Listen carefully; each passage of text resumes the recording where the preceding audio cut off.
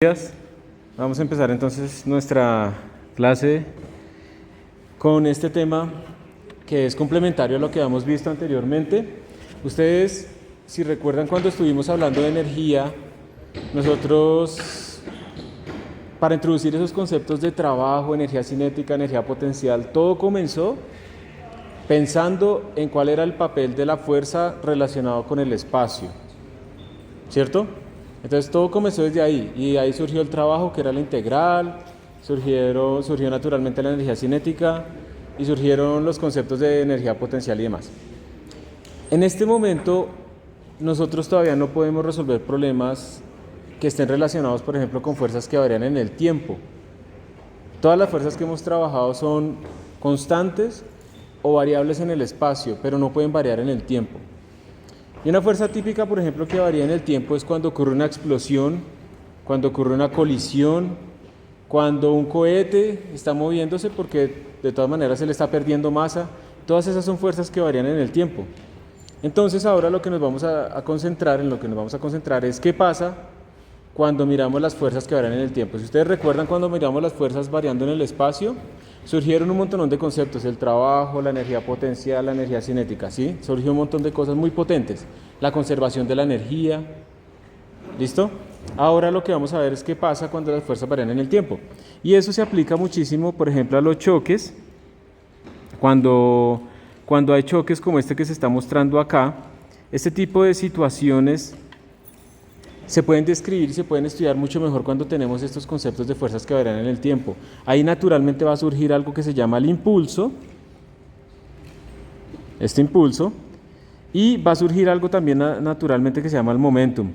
De hecho, estos conceptos son tan importantes que son la base de poder conectar la mecánica clásica con la cuántica.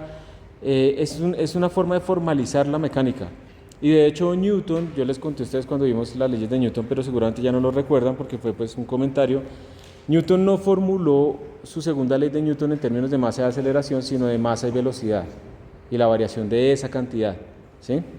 Entonces, la idea es que esto se puede aplicar a colisiones macroscópicas, pero también colisiones microscópicas. Esto que está acá es una foto de una simulación del experimento Atlas. Esto es en el LHC, allá en Suiza, en el Large Hadron Collider.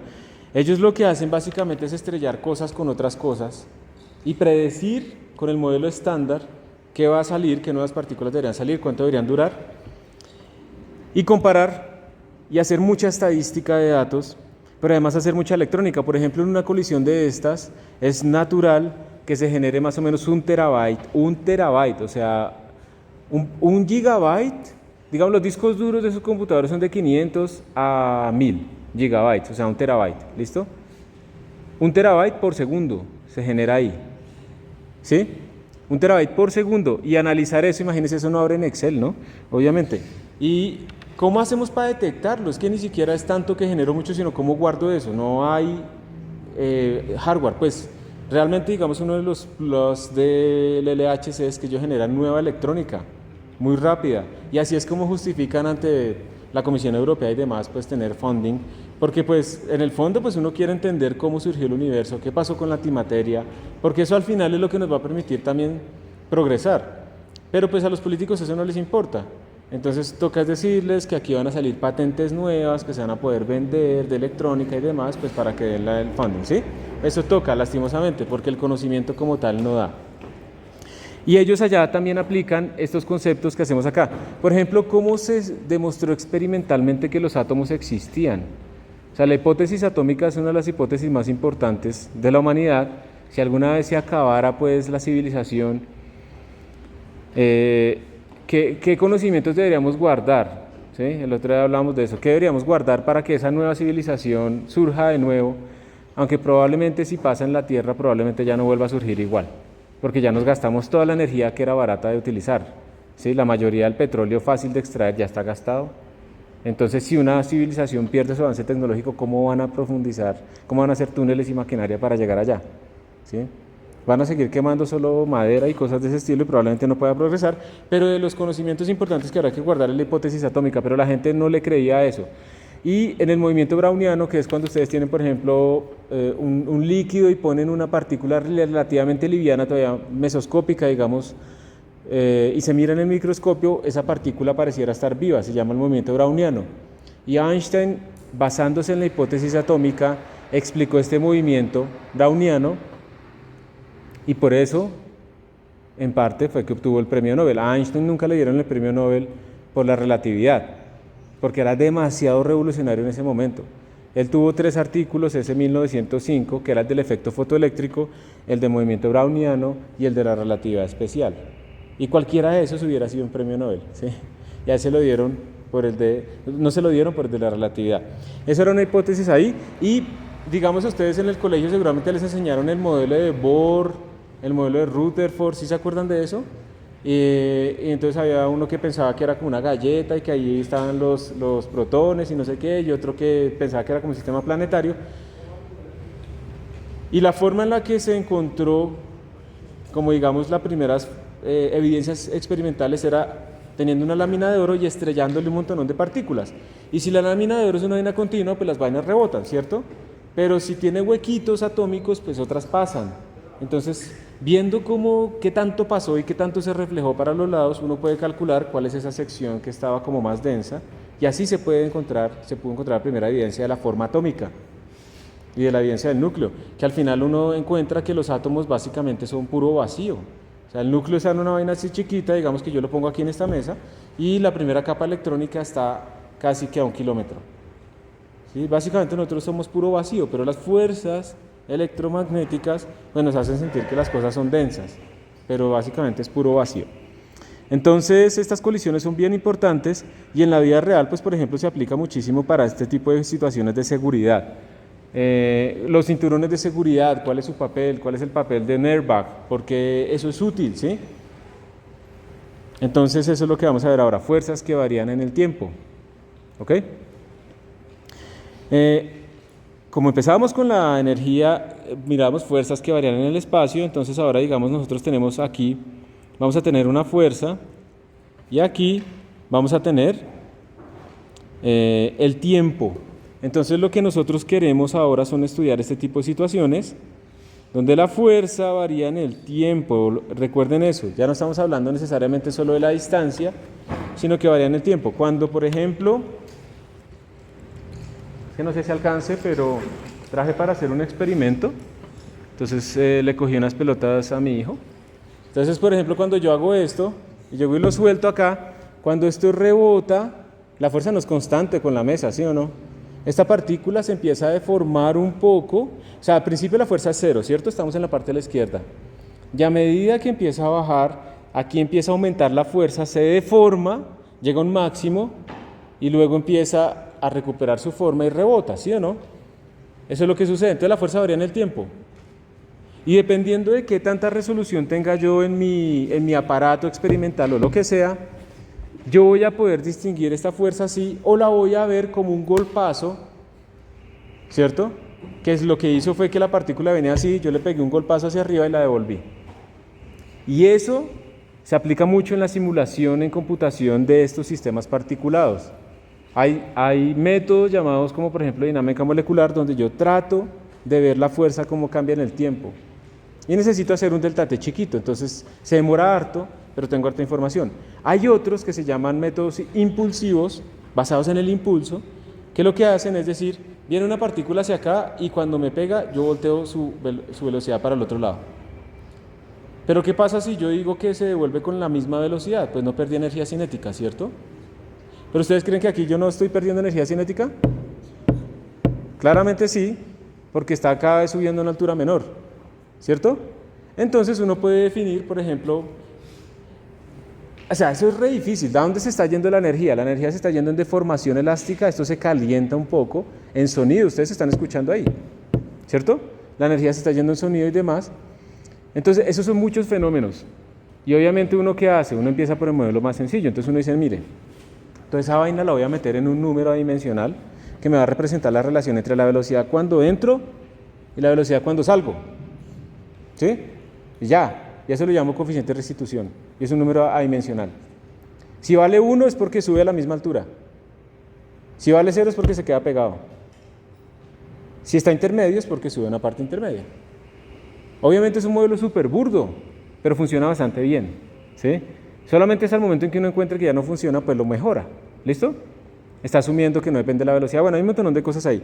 Pero entonces ahí empiezan a aparecer modelos para tratar de representar esto. Porque si yo hiciera una gráfica ahora de cómo es, por ejemplo, la velocidad vertical, digamos, en función del tiempo, ¿cómo sería? Primero está bajando, ¿cierto? Digamos que yo podría pensar que es así, pero luego hace así, ¿cierto? Porque primero, de hecho no, miren, la hice mal. De hecho es negativa, ¿sí o no? Inicialmente, porque va hacia abajo, ¿cierto? Llega un momento en el que se vuelve 0, ¿sí o no? Y llega un momento en que se vuelve positiva. Entonces uno podría pensar que inicialmente hace algo así y luego hace algo así. ¿Sí? Debido a esta fuerza. Entonces todo esto se vuelve un poco complicado si yo lo miro así en resolución infinita o lo miro en nanosegundos. Entonces dependiendo de qué tanto abramos los ojos nosotros, por ejemplo, si tenemos ventanas así que nos permiten ver algo chiquito o tenemos ventanas, digamos, más grandes que nos toca ver como algo así, ¿sí? Vamos a poder decir que la fuerza hizo esto o que simplemente la fuerza le pegó una patada y lo devolvió. Y dependiendo de eso, pues tenemos más precisión o menos precisión. Pero así se hacen muchos de los videojuegos. Ustedes han visto que las cosas rebotan y no sé qué. Ahí ellos no se pueden poder sacar la fuerza así tiempo por tiempo, pequeñito, porque se demoraría demasiado. Entonces lo que hacen son cosas impulsivas, reflejan, ¿sí? Y ponen coeficientes de restitución. Eso es lo que vamos a ver entonces nosotros. Entonces aquí lo que va a importar es el papel de la fuerza en función del tiempo, ¿listo?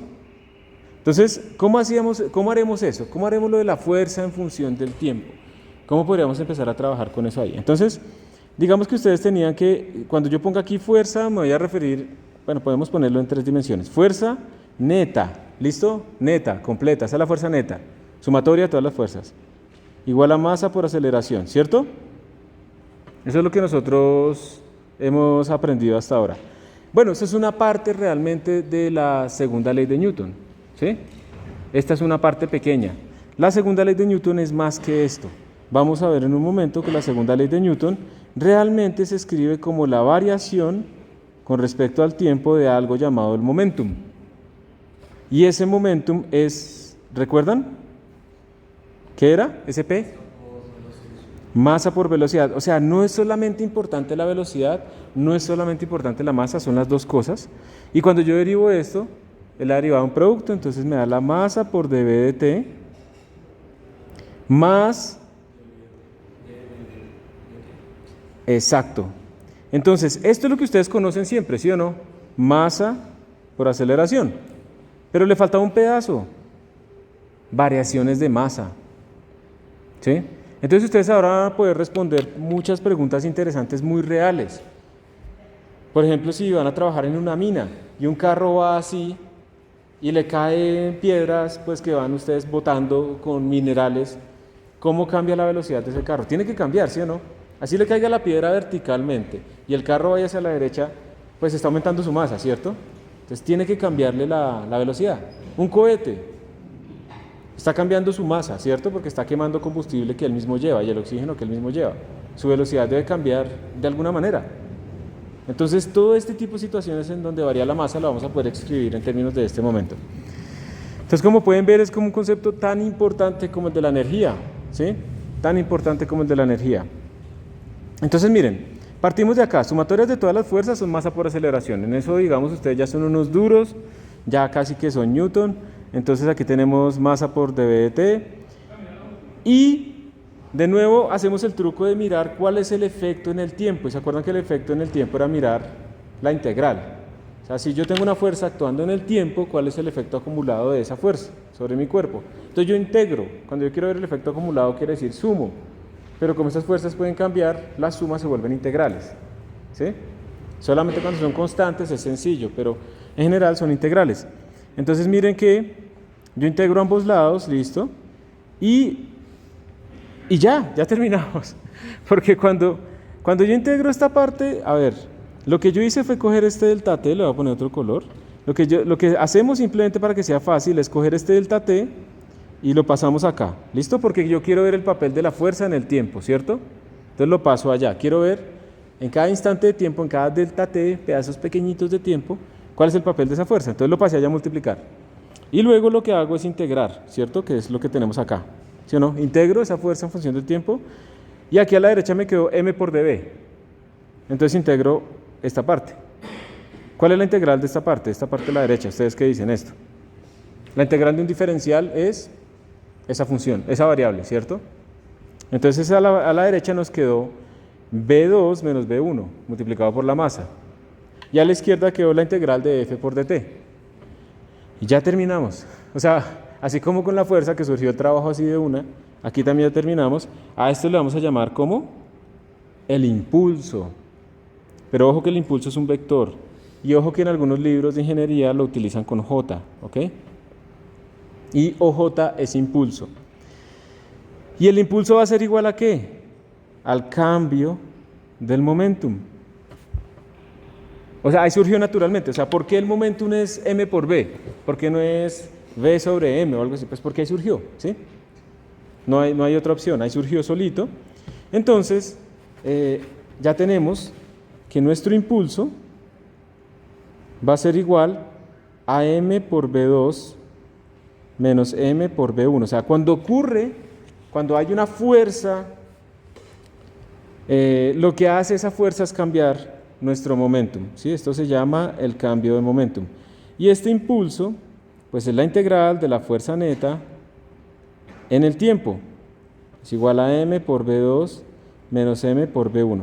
Entonces pregunta, aquí surgen dos casos importantes. Primer caso, fuerza neta igual a 0, ¿sí? Al vector nulo. ¿Qué pasa en ese caso? ¿Cuánto da la integral de la izquierda? Casi. Pero esa constante vale ¿cuánto? 0, ¿cierto? Tendríamos 0, es lo que nos da la integral de la izquierda, como vector, igual a m por v2 menos m por v1, ¿cierto?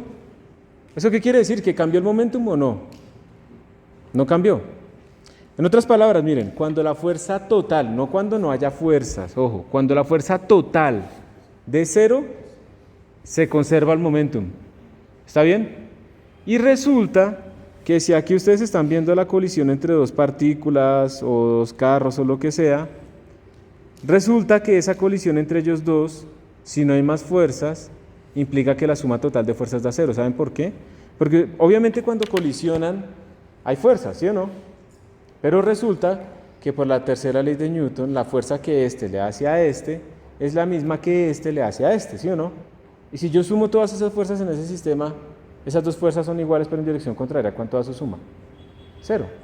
Entonces todas las fuerzas internas de mi sistema se anulan. Entonces aquí realmente lo que importa son las fuerzas externas. Y si los carros chocaron así y no hay más fuerzas externas, se conserva el momento. Por eso es que la gente puede, a partir, digamos, de huellas y de simulaciones de las colisiones, decir a qué velocidad venía tal carro y cosas así. Eso se utiliza mucho en los peritajes en la fiscalía y llaman a los profesores de universidades públicas a que vayan y hagan peritajes de eso, ¿sí? Y demuestren que ese bus venía a mayor velocidad o menor velocidad, lo que sea. ¿Listo? Entonces, primera cosa importante, si no hay fuerzas externas, se conserva el momentum. Entonces yo puedo hacer lo siguiente, la fuerza es súper complicada, ¿sí? Tiene esta forma. Yo puedo hacer lo siguiente, miro el momentum al principio, cuando la pelotica apenas va llegando acá, y justo antes de que lo toque, miro la velocidad, ¿listo?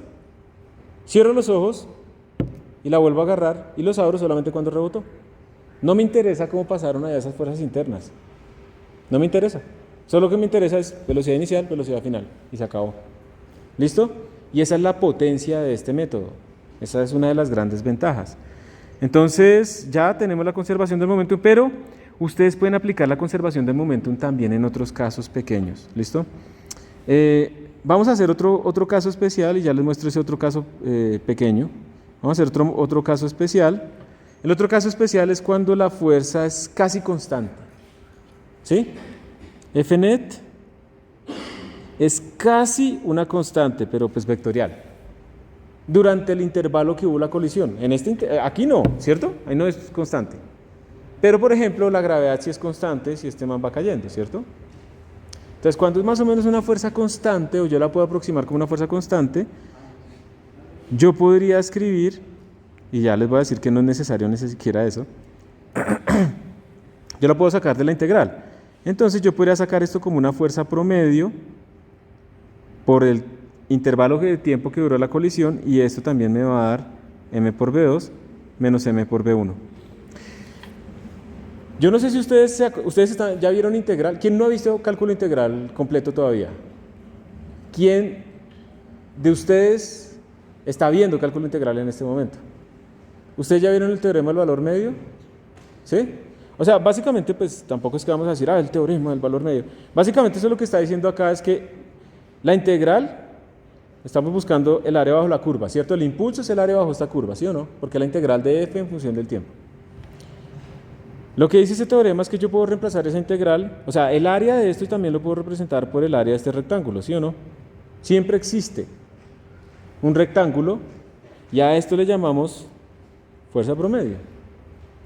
Entonces yo lo que puedo decir es, yo tal vez no puedo como detectar realmente esta área fácilmente, entonces voy a aproximarla por un rectángulo.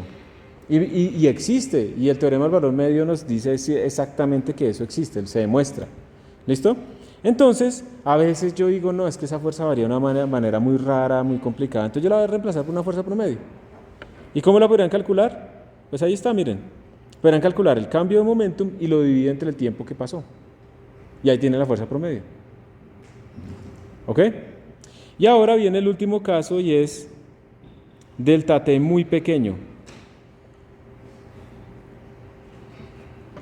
¿Qué pasa cuando el delta t es muy pequeño? ¿Cuánto valdrá este término de acá? ¿Será grande, será pequeño? Pequeño. Claro, la fuerza puede ser muy grande, pero si yo hago que el delta t sea muy chiquitico, pues ese término es pequeño. Entonces, en este caso tenemos aproximadamente 0 igual a m por v2 menos m por v1. O sea, básicamente esto lo que les dice a ustedes es, miren, si el delta t es muy pequeño y la fuerza pues no es una delta de Dirac, no hay una que sea infinito o algo así, porque existen funciones así, ¿sí sabían? Hay funciones que se van hasta infinito, pero la integral vale 1. ¿Sí las conocen o no? Se llaman funciones tipo delta de Dirac. Bueno, lo importante es que cuando el delta t es muy chiquito y la fuerza pues no es infinita, pues si yo cojo algo así y lo multiplico por algo demasiado pequeño, pues lo vuelvo chiquitico. Y es tan pequeño que yo podría aproximar a que el momentum también se conserva. Entonces, cuando las deltas son muy chiquitas, también puede pasar eso, señor. Cuando la masa se mantiene constante, ¿no? Sí, en ese delta t. Pero ¿cómo sería si la masa? Ya lo vamos a mirar. Ya lo vamos a mirar. Y esa pregunta es la generalización de esta conservación del momentum. Entonces, pero digamos para responderte un poco rápidamente, digamos que si tú tienes que hay una masa acá que tiene cierta velocidad, vamos a llamar, en ese caso, digamos, un ejemplo son los fluidos, ¿listo? Ya les voy a mostrar la figura. Pero digamos que tú tienes un fluido que está golpeando contra una pared, ¿ok? Entonces, en esos casos, lo que hacemos es aplicar la misma conservación del momentum, pero pues tú no te concentras como en la masa completa de todo el fluido, porque esto está variando constantemente, está saliendo y entrando, sino que tú lo que haces es seleccionar un pedacito, ¿listo? Un pedacito de masa. Entonces lo vamos a llamar un delta m de masa. Bueno, normalmente se toma como un delta más grande, no diferencial todavía, un delta m. Entonces tú dices, mi sistema es pues todo esto, ¿ok?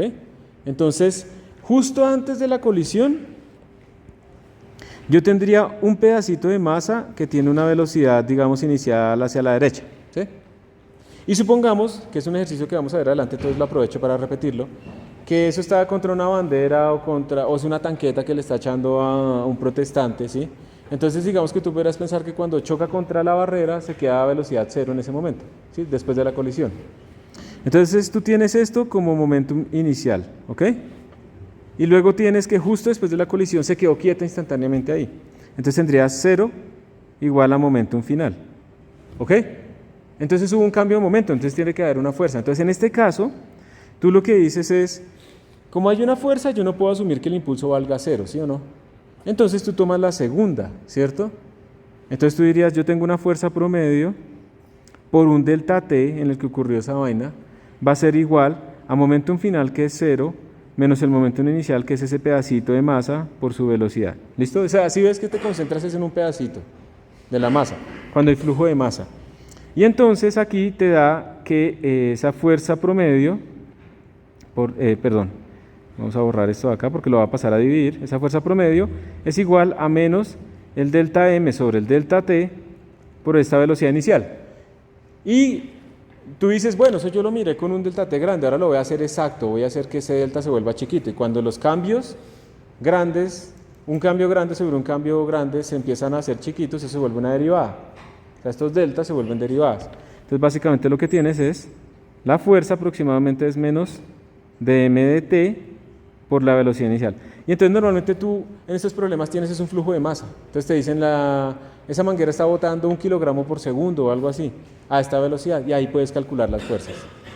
Entonces esto lo vamos a hacer más, va a haber de hecho una presentación solamente para flujos de masa, pero esta es la técnica. Te concentras en un pedacito de masa chiquito y ves qué le pasa a momento a ese pedacito. ¿Listo? Y luego haces que eso se vuelva pequeño y ya lo puedes aplicar a todo el sistema. Muchas gracias por la pregunta. Listo. Entonces, tenemos entonces esta cantidad importante que es el impulso, ¿cierto? A veces nos preguntan por el impulso, a veces nos preguntan por la fuerza promedio. Bueno, hay que mirar. Yo traté de quitarle ecuaciones a esto porque es que es lo mismo, ¿sí? Se ponen a poner, entonces el impulso se calcula así, entonces la fuerza promedio es el impulso sobre ese, pero es la misma vaina. Y entonces aparecen como 30 ecuaciones, pero es la misma cosa para allá y para acá, entonces...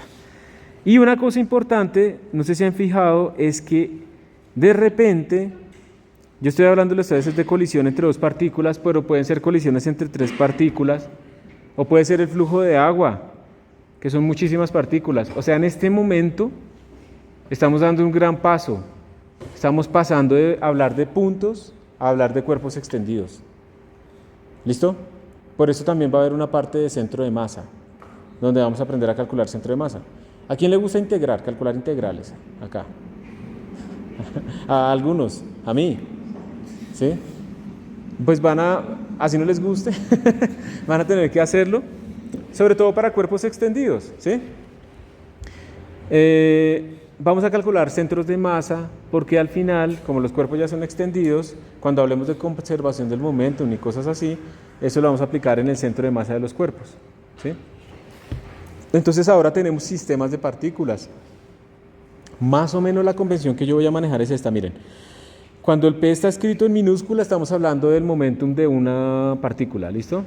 Cuando el P está en mayúscula es porque es el momentum total del sistema, de varias partículas, ¿listo?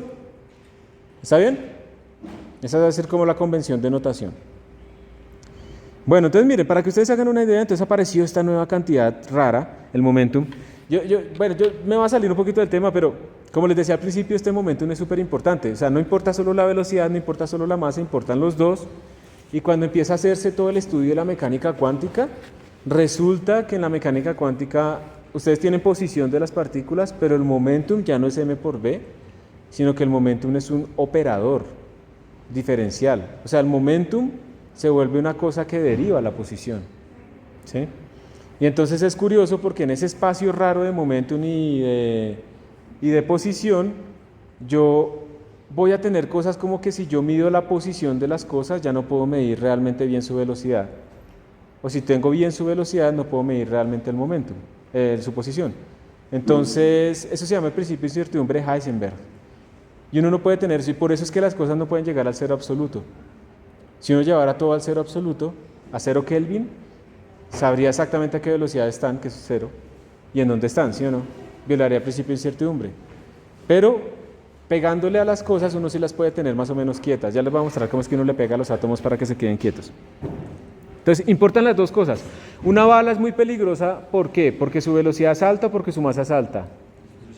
Porque su velocidad es alta, aunque su masa sea pequeña, ¿cierto? En el espacio hay muchísimas micropartículas que pesan un miligramo o un gramo. ¿Sí? Bueno, tienen esa masa, pero van a 20 kilómetros por segundo. Entonces pueden atravesar la nave, pueden atravesar al astronauta, lo que sea. Entonces, importan las dos cosas, ¿sí? No solo la masa, no solo la velocidad, sino las dos. Estos son valores de momentum. Una cosa importante es que el momentum pues tiene unidades de masa por velocidad, o sea, kilogramo, metro sobre segundo, y eso no tiene nombre. ¿Bien? Pero si ustedes de pronto en algún momento descubren algo importante sobre el momentum y se ganan el premio Nobel, de pronto le ponen el nombre a esa unidad de ustedes, ¿sí? ¿Por qué no? Entonces, digamos que los momentum aquí están como de ciertas partículas. Un átomo de argón a temperatura ambiente pues tiene este momentum de 10 a la menos 23. Un electrón a un décimo de la rapidez de la luz tiene este también del orden de 10 a la menos 23. Digamos que una canica a 2 metros por segundo, podríamos igualarlo un poquito a esto, pues tiene un momentum de 0.014, es pequeño, ¿cierto? Y un avión de pasajeros que está completamente lleno, pues tiene un momento de 10 a la 8. Eso implica también que cuando, por ejemplo, no sé, en las Torres Gemelas, esos aviones llegaron y se estrellaron contra las Torres Gemelas, pasamos de tener un momentum de 10 a la 8 a 0. Y aparte del combustible, pues esa cosa tenía mucha energía y tenía pues mucho momentum. Entonces la fuerza fue gigante, ¿sí? Para poderlo frenar a 0. Que eso también pues se utiliza para esos proyectiles que les contaba que atraviesan muchas paredes y cosas de ese estilo, ¿sí? Tener mucho momentum. Entonces, pues esto es para que se hagan una idea. Hay otra cosa, miren que el momentum es masa por velocidad, ¿cierto? Ustedes saben, la luz tiene dos modelos, ¿no? La luz a veces se comporta como ondas y a veces se comporta como partículas, ¿cierto? Pero si ustedes se piensan en las ondas, ¿tiene masa la luz? No, ¿cierto? Es como decir, las olas del agua, del mar, ¿sí? Cuando ustedes están allá y llegan las olas, esas olas, la energía de las ondas, ¿qué es lo que tiene masa? ¿El mar o las ondas del mar? El mar, ¿cierto? Las ondas solo mueven la masa, pero no tienen masa, tienen energía. Pero resulta que la luz sí tiene momentum. O sea, yo puedo hacer mover cosas con luz. Pero si no tiene masa, ¿cómo va a tener momentum? ¿Qué hacemos? ¿Acabamos la clase? Porque eso está mal, ¿sí o no? Resulta que este momentum le falta un pedazo que está asociado con la energía. Entonces, el momentum no solamente es masa por velocidad, sino más otra cosa. ¿Listo? Pero eso no lo vamos a ver en este curso, porque tendremos que ver relatividad para poderlo entender. ¿Ok? Pero la luz tiene masa. ¿Listo? Por eso algunas de los prototipos, digamos, de impulso en el espacio no solamente es tener celdas solares para poder atrapar la radiación hasta que estemos ya muy lejos o algo así, sino también tener unas estructuras gigantes que se despliegan y que por el momentum de la radiación también los va empujando, aunque sea radiación, ¿sí? Pero bueno, entonces la luz también tiene momentum, ¿listo? Nuestra segunda ley de Newton, por lo tanto, se vuelve mucho más general, es fuerza igual a dp de t. Y por lo tanto tenemos como dos contribuciones. Las fuerzas contribuyen a dos cosas, o a cambiar el estado de movimiento de las cosas porque cambian la velocidad, o también cuando hay variaciones de masa, ¿sí? En ambos casos hay fuerzas. En una bananera, ustedes tienen una corriente una cinta de transporte para ir colgándole los racimos, ¿cierto? ¿Qué potencia debería tener esa cuerda de transporte, el motor, si yo le estoy metiendo un racimo cada segundo? ¿Será lo misma en potencia que si le meto un racimo cada medio segundo? Pues no, ¿cierto? Tendrá que tener más potencia, pero ¿cómo calculo eso? Pues hay una variación de masa. Al principio el racimo, digamos, yo lo pongo vertical, pero se van a mover hacia allá. Al principio, justo antes de que lo cuelgue, el racimo está con momentum cero en esa dirección. Y después de que lo colgué, tiene un momentum en esa dirección. Entonces tiene que haber una fuerza. Y con esa fuerza puedo calcular la potencia, ¿sí? Todo eso se calcula así. Entonces miren que aquí está el ejemplo que les decía. El señor lavando su carro, entonces está golpeando la ventana. Aquí también son de las fotos famosas pues del paro, ¿no? Nacional. Entonces aquí está este man resistiendo. Pero ustedes, ¿por qué creen que echan agua? O sea, esa vaina tiene que empujar duro, ¿sí o no? O si no, no lo harían, ¿verdad? Miren ahí cómo salió a volar ¿cierto? Entonces el agua sí pega, y pega duro, pero ¿con cuál fuerza? O sea, ¿será que eso simplemente ponen como una manguera a cualquier potencia? ¿O será que sí hubo como un cálculo de qué tan duro debo hacerlo si quiero mover un ser humano de 60 kilogramos que está a tal distancia, ¿sí o no? Todo eso se debe calcular, porque qué tal un chorrito que caiga ahí al frente así de jardinería, pues eso atrae más bien que lo ataquen a uno, porque le ven debilidad, ¿cierto? Entonces sí, yo quiero hacer eso, pero sin fracturar también, porque ustedes también han visto, hay lavadoras de alta potencia, ustedes han visto las lavadoras de alta potencia que la gente va pasando así y como que limpian súper bien, pero uno puede cortar también piedra y metales con agua, si va a muy alta potencia. ¿Sí lo han visto o no lo han visto nunca? El corte de agua. Ustedes llegan, ay, muestra, chao el dedo, ¿sí? Eso es algo que obviamente uno debe calcular qué tan rápido debe ir y es peligroso, ¿sí? Entonces esto tampoco lo pueden hacer súper potente porque qué tal le pegue a una persona acá o le pega acá, le puede romper el cuello. ¿Listo? Aunque no lo crean, también se les está protegiendo la vida, ¿sí? No se manda una potencia tan alta que los pueda lastimar realmente, pero sí una potencia suficiente para que a 10 o 15 metros, que es una distancia de seguridad de la tanqueta, lo pueda tumbar. Que sea, es un medio disuasivo, ¿sí? Pero no mortal. Entonces, aquí está el ejemplito menos violento, el señor lavando su manguera y la pregunta es, si de la manguera está saliendo, digamos, el agua a 20 metros por segundo, obviamente pues uno esperaría que se curvara y todo eso, pero vamos a ignorar, está súper cerca de la ventana, ¿sí? Está a 20 metros por segundo y supongamos que está saliendo como en una tasa de masa de 1.5 kilogramos por segundo, entonces ¿cuánto es la fuerza sobre la ventana? ¿Listo? Esa es la pregunta, ¿cuánto es la fuerza sobre la ventana? Si ustedes cogen, fuerza es igual a m por a, no lo pueden hacer. ¿Cuál es a? Ustedes podrían decir, bueno, después van a entender que lo podrían hacer si tuvieran ciertas formas, pero en este momento ustedes no tienen a, podrían calcular a como que va a 20 y luego se queda a 0, pero no tienen delta t para saber cuánto tiempo duró la colisión, ¿cierto? Entonces no se puede. ¿Y la masa? ¿Cuánto es la masa? ¿Sí? Entonces hay una cosa rara. Entonces más bien en ese caso, lo que hacemos es decir, bueno, viene un pedacito, acá, hay un pedacito de masa delta m que va a una velocidad inicial. Es exactamente idéntico a lo que hicimos ahorita, ¿ok? Justo antes, aquí está la ventana, ¿ok? Entonces, esto es justo antes de golpear a la ventana, ¿listo? La situación posterior es que ese pedacito de masa quedó con velocidad nula, instantáneamente, ¿sí? Obviamente después va a caer verticalmente, pero estamos haciendo, y miren el truco que estoy haciendo, me estoy olvidando de la dirección vertical, solamente estoy haciendo horizontal porque esto es un vector. Yo puedo tener conservación en una dirección y no conservación en otra dirección, ¿listo? Entonces ustedes miran las componentes que les sirva.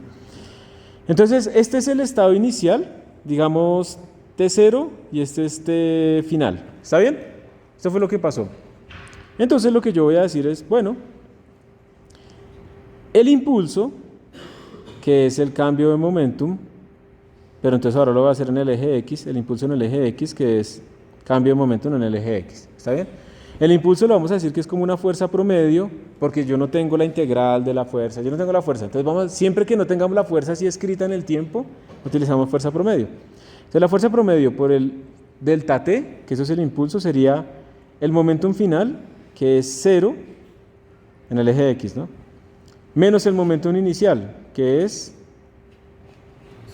delta m, el pedacito en el que yo me concentré, por su velocidad inicial en el eje X, ¿cierto?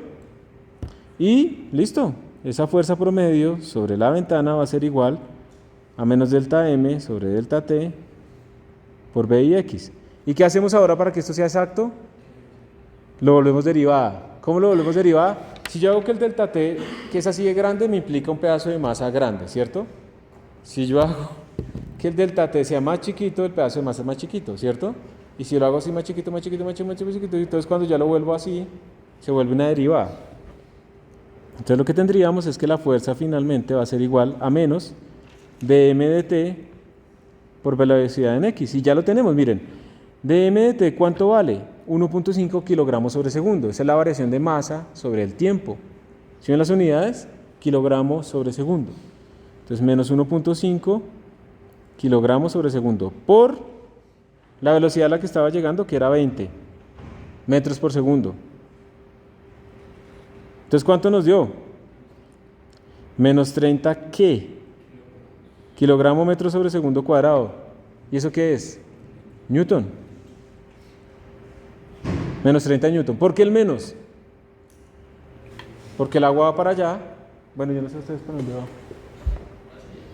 El agua va para allá, entonces la fuerza tiene que ir para el otro lado porque la frenó, ¿cierto? Aquí es muy importante el signo porque ojo que estamos con vectores.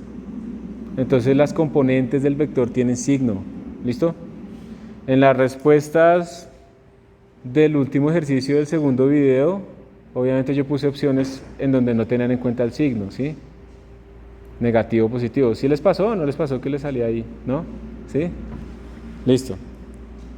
Eso es como es que uno le dice cascareros, ¿no? A esos profesores que hacen eso, ¿cierto? Si todavía utilizan esa palabra ya no la usan ustedes. ¿Ya no? Unos sí, otros no. Porque eso va cambiando, ¿no? Es la misma cosa, el mismo concepto, pero va cambiando pues con qué lo representan. Ahora dicen mucho literal, ¿cierto? Entonces, esta conservación del momentum es clave en el movimiento de cohetes. Cuando ustedes tienen un cohete así que está en el espacio, allá digamos alejado suficientemente de la Tierra y de la Luna, pues la fuerza externa es cero, ¿cierto? Y si la fuerza externa es cero, se conserva el momentum. ¿Está bien? Entonces, si al principio, digamos, esta es la tercera fase. Primero hubo unas fases que elevaron esa última parte de la carga a la parte exterior, se separó, no sé qué, y enciende los cohetes. Entonces, inicialmente está con momentum cero, ¿cierto? Desde ese marco de referencia, ahí.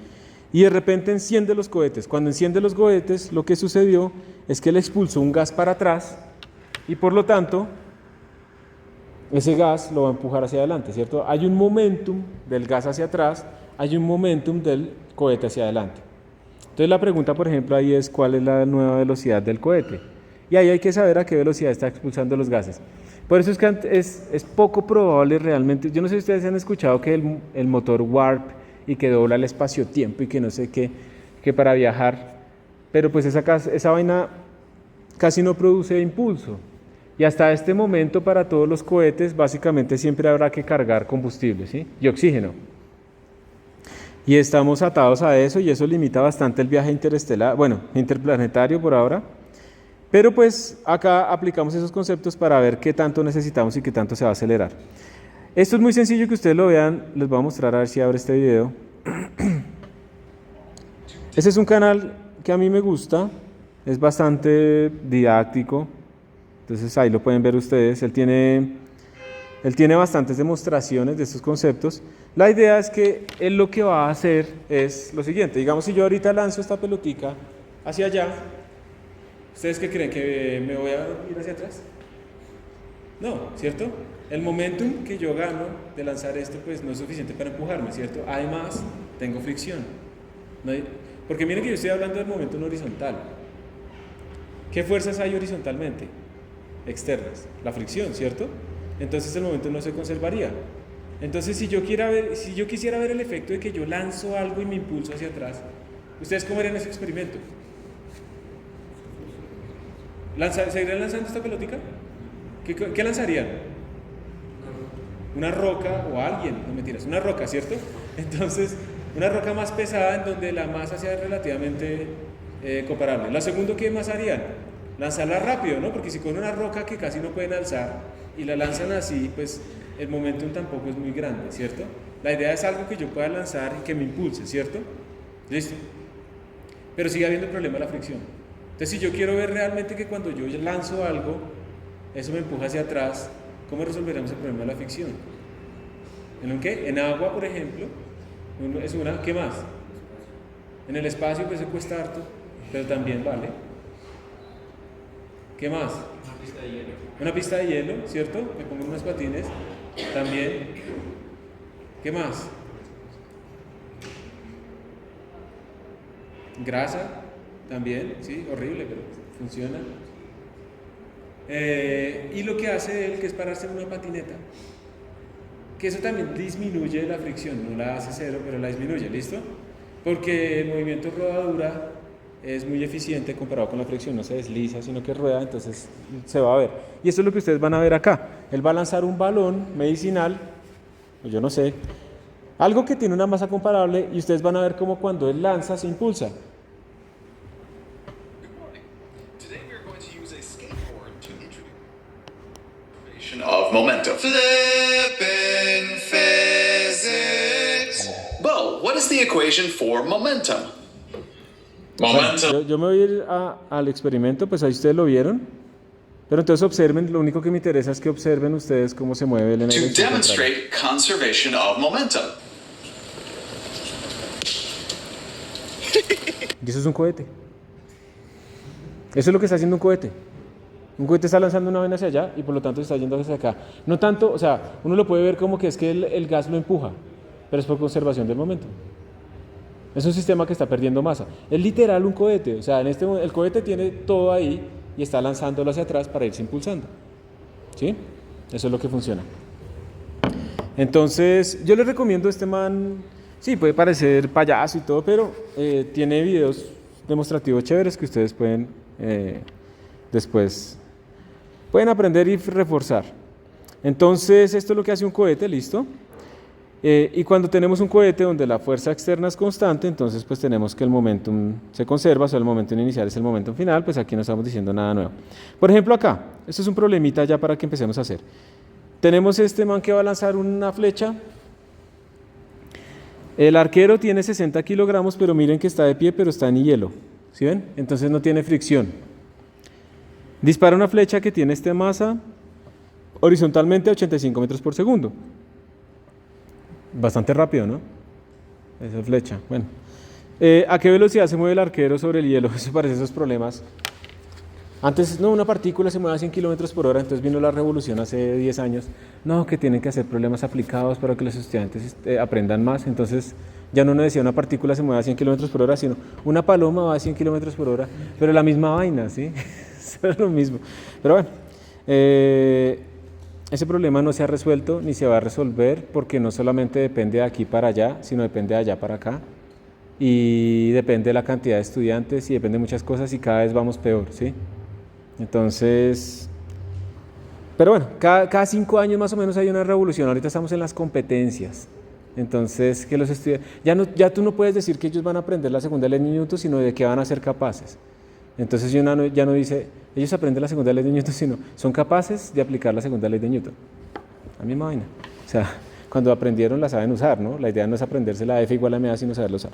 Bueno, en todo caso, está sobre hielo. ¿Por qué es importante que esté sobre hielo? Porque hay fricción, no hay fuerzas externas. Entonces el momento horizontal, ¿qué le va a pasar? Se conserva, ¿sí o no? Entonces tenemos, acostumbrémonos a utilizar el impulso. Bueno, entonces impulso en el eje X va a ser 0, ¿sí? Pero ese impulso va a ser igual, voy a escribirlo más grueso acá, al cambio de momentum en el eje X. O sea, masa por velocidad final en el eje X menos masa por velocidad inicial en el eje X. ¿Estamos de acuerdo? ¿Sí? Pero ojo, porque acá yo estoy asumiendo como si hubiera una sola partícula. Y no es cierto. ¿Cierto?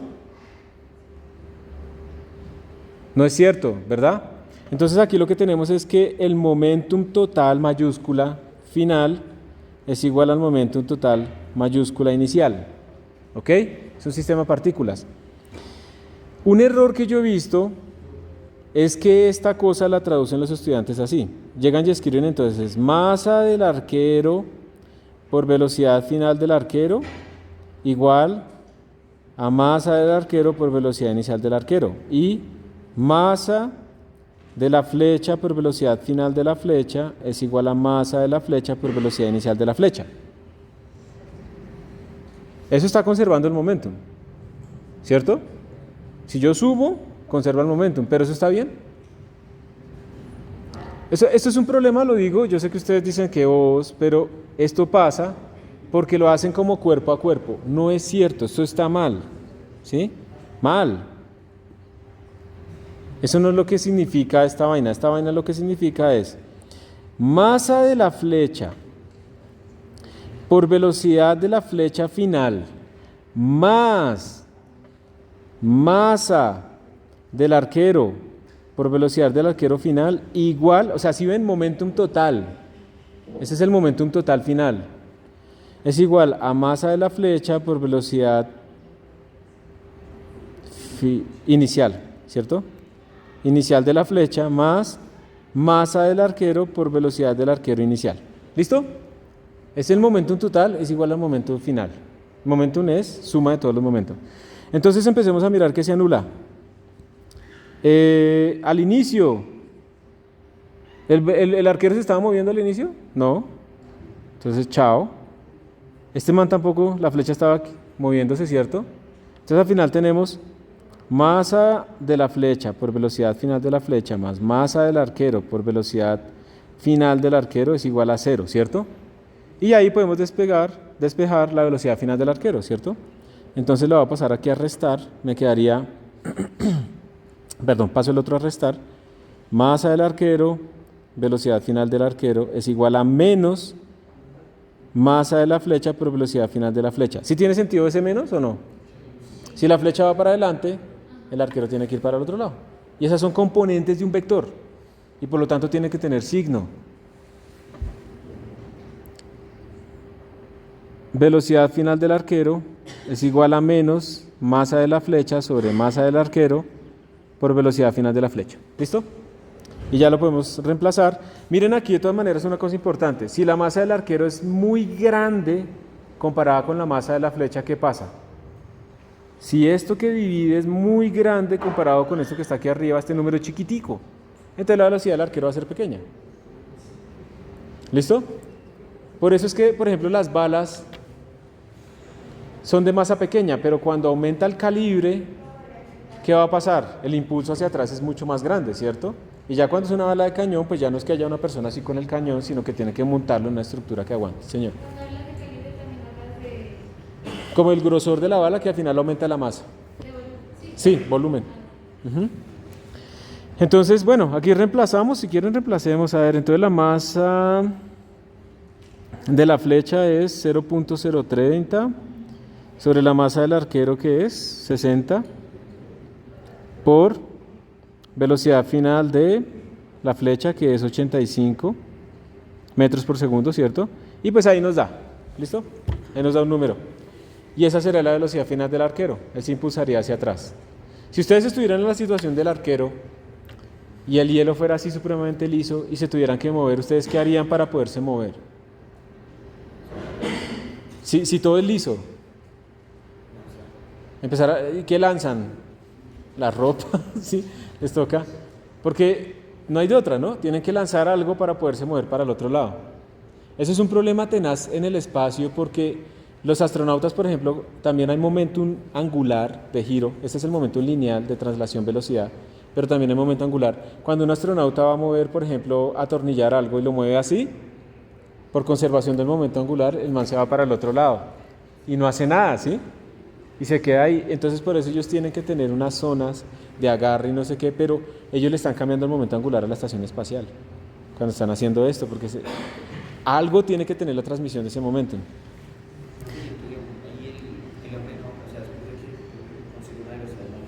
Pues en esta situación ideal, como no hay fricción, se movería constantemente en esa dirección. Ya en la situación real, pues no. Por eso ustedes tienen que tener cuidado si alguna vez de pronto, no sé, van a disparar o algo así, que espero que no, de esto, ¿no? ¿Qué va a pasar ahí? O sea, ¿por qué es importante que lo ponga en el hombro? Porque cuando yo dispare, la bala sale hacia allá y ¿qué le va a pasar al arma? Se va a venir hacia atrás. Por eso es que se tiene que poner en esta zona. Por eso también es que la gente se disloca esto, pero pues mejor dislocarse el hombro que quedar sin un ojo, ¿no? Que es lo que va a pasar ahí. Listo. Esto es otro experimento típico. Ustedes probablemente van a hacer este experimento en el laboratorio, porque esto sí lo tienen allá montado en algún momento, que son colisiones con carritos. Entonces ustedes ahí lo que van a tener que aplicar es momentum. Yo no les voy a quitar la emoción, pero pues aquí hay un videíto. Today we're going to demonstrate elastic and totally inelastic collisions. I have two carts and a track. ¿Se escucharon lo que dijo? Elastic and totally inelastic collisions. Elásticas y totalmente inelásticas. ¿Alguien sabe eso qué significa? Esta colisión, ¿qué es? ¿Tú sabes? Dale. Elásticas es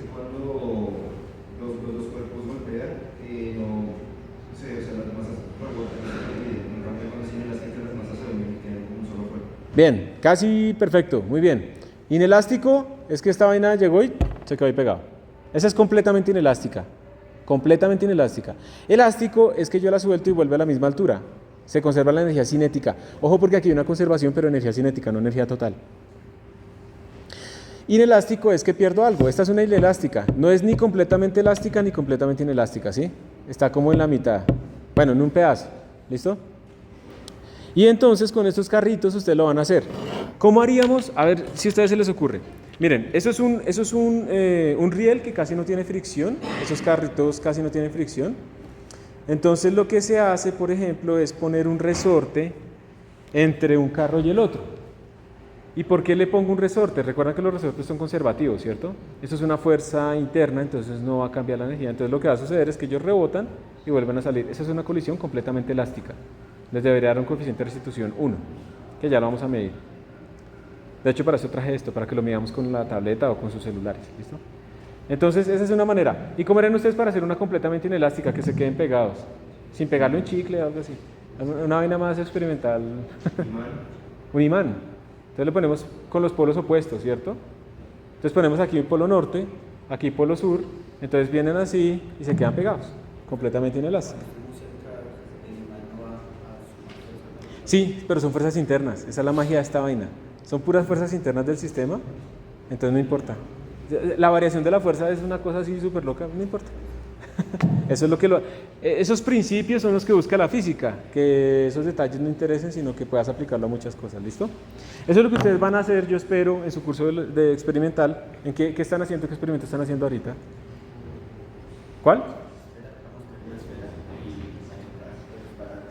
Conservación de la energía, más o menos, ¿cierto? Entonces aquí tiene energía potencial, rueda y cae por acá y la pone más abajo. Ok. Entonces sí, este está, o sea, sí, este tiene que hacerlo. Entonces digamos que es lo mismo que van a ver acá. Their masses are the same. And they have magnets here that oppose each other. So there's a magnet. Ahí tienen imanes en el mismo polo, norte con norte o sur con sur, entonces las cosas rebotan. Esa es otra forma en vez de utilizar resortes, pero es lo mismo. Force, and so what I'm going to do is leave one stationary and then push the other at a slow speed and see what happens after the collision. Entonces, como se dieron cuenta, si vieron que se quedó uno quieto y el otro se movió, hubo una transferencia de momentum. Normalmente lo que yo les pongo a hacer a ustedes es analizar este video con tracker para que hagan el experimento, o sea, el experimento ya está hecho y calculen cuál era la velocidad inicial y si se conserva el momentum o no. Pero ustedes ya lo van a hacer en el laboratorio, entonces frescos, no lo van a tener que volver a hacer acá, ¿sí? Bueno, no voy a seguir aquí mirando este video porque es para que ustedes vieran que esto pues existe y este setup lo tenemos acá, este mismo setup, entonces lo vamos a ver. Aquí están las fuerzas promedio y miren que, recuerden que yo les hablaba a ustedes de cuando yo tengo una fuerza que varía en el tiempo la puedo reemplazar por una fuerza promedio, ¿sí? Y eso porque es importante. Por ejemplo, cuando este man va a romper acá esta tabla, ¿alguien ha roto tablas alguna vez así? ¿No? ¿Sí? Yo no, pero yo alguna vez cuando estuve haciendo... ¿Tú sí? ¿Practicas alguna arte marcial o peleando? Taekwondo.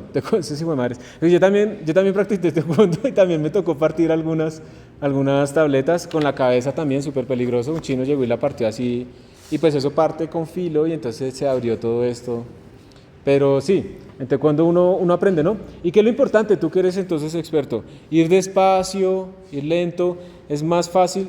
Obviamente uno a veces, esta parte es más dura, ¿cierto? Esta parte es más dura de la palma, uno no la va a pegar así para romperla, ¿cierto? Uno tiene que pegar así, o así, ¿cierto? Y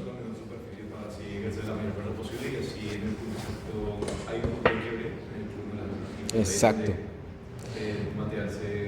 Exacto, digamos que aquí es clave que esta persona tiene esta separación, ¿cierto? Acá, porque digamos que si él pusiera estas cosas más cercanas y la tabla ocupara todo esto, sería muchísimo más difícil romperlo, ¿sí o no?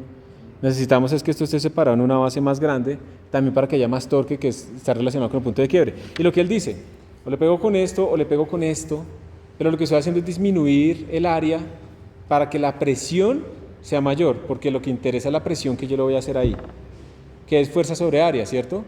Entonces, digamos que ustedes han visto los faquires que llegan y tienen una vaina llena de puntillas y se acuestan encima de eso. Eso no tiene nada, o sea, yo lo admiraría si se acostara sobre 2 puntillas, porque es la misma fuerza en menor área. Pero cuando tengo 200 puntillas, es mucha más área, entonces es menos presión, entonces duele menos, ¿sí?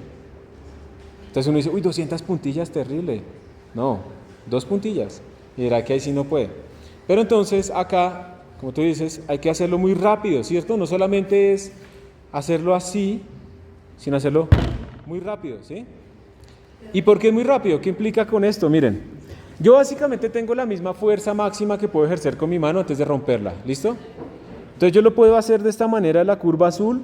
¿La curva azul qué es? Mucha fuerza en poco tiempo. ¿Y la curva amarilla qué es? Más despacio, más tiempo. El área probablemente sea la misma, o sea, el impulso es el mismo, ¿listo? Pero ¿cuál es la que ustedes necesitan si quieren romper algo? La azul. Pero cuando hay una colisión de un carro y el carro se estrella, pues ustedes van a tener la azul. Y eso no es bueno porque se le van a romper los huesos. Entonces ustedes se ponen el cinturón de seguridad. ¿Para qué es el cinturón de seguridad? Para que no salgan volando primero que todo. Eso ya aumenta bastante su posibilidad de sobrevivir. ¿Listo? Sí, perdón, aquí una cosita. Voy a quitar esto.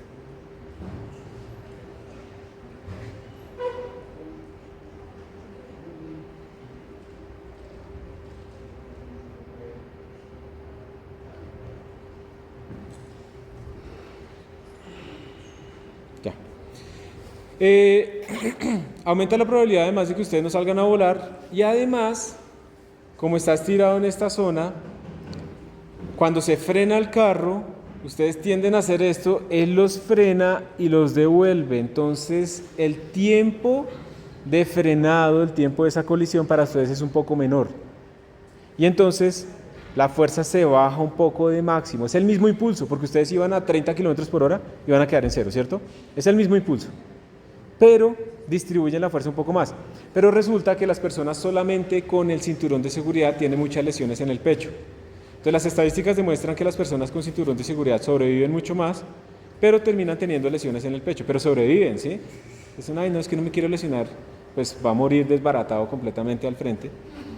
Pero por eso se hicieron los airbags adicionalmente. Entonces, ¿qué pasa cuando además de yo tener el cinturón, que no me deja salir a volar, me estrello contra el airbag? El airbag es como una almohada, ¿sí? Entonces yo entro ahí y la fuerza se distribuye en más tiempo. Entonces yo no paso del umbral, digamos, de fuerza máxima. Digamos que este es el umbral en el que se me fracturarían los huesos, ¿listo? Y tendría lesiones internas. Entonces distribuyo la misma fuerza en más espacio, ¿listo?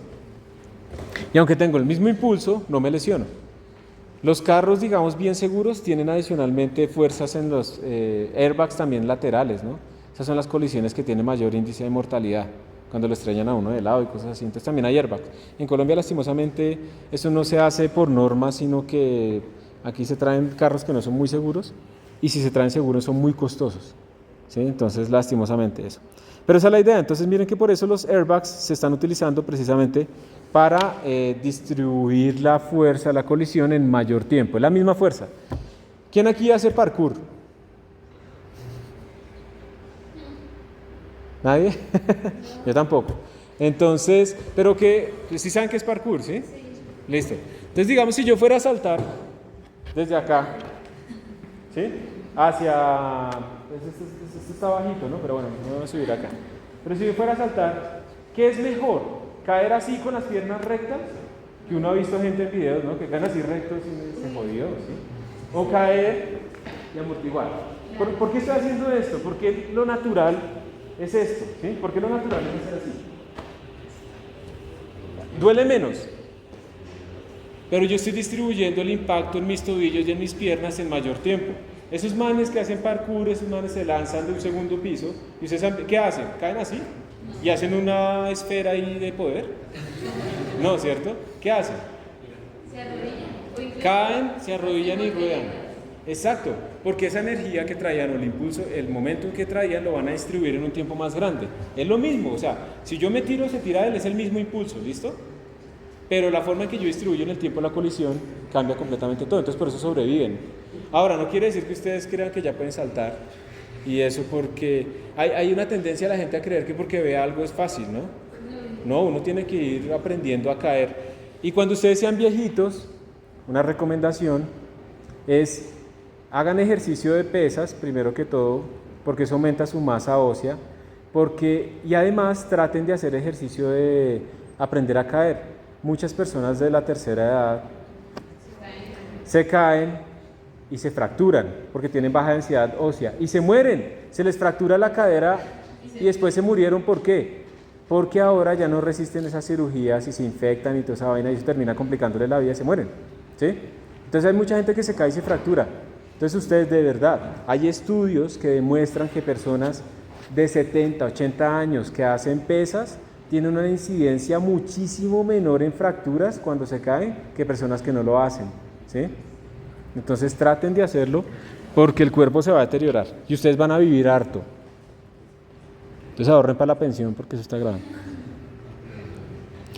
Hagan algún negocio, lo que sea, porque no se ve bien. Listo, entonces ya quedan aquí unos ejercicios de práctica. Digamos que ese que hemos hecho acá, el primero que está ahí es el mismo que hicimos antes. Esto yo los estoy sacando de libros de ingeniería mecánica, les he contado, ¿no? Que muchos de estos problemas salen de libros de ingeniería mecánica. Entonces, aquí tenemos una pelotica de 100 miligramos, vamos a ver si es la misma vaina. Miren, este es un poquito diferente. Dice, tenemos una pelota de 100 miligramos, está como al revés, ¿no? Que golpea una superficie horizontal con una rapidez inicial de 20 metros por segundo. Se pierde 15% de la energía. ¿Ok? Durante el impacto. Piensen, digamos, energía cinética. Claro, la partícula entra, rebota, entonces cambia un poquito la energía potencial porque su centro de masa bajó un poquito y eso, pero pues es tan poco, piensen que solamente la energía que importa ahí es la cinética, ¿listo? Entonces, entró con una energía cinética y salió con 15% de esa energía cinética. Bueno, con 85%, ¿no? Porque perdió el 15%. Entonces salió con 85%, que es más o menos lo que está pasando acá. ¿Listo? Entonces la pregunta es, ¿cuánto fue el impulso? ¿Y de qué color era la pelota? Entonces háganle, piénsenlo un momento. ¿Cómo lo harían? Esos son el tipo de problemas que ustedes tienen que saber responder.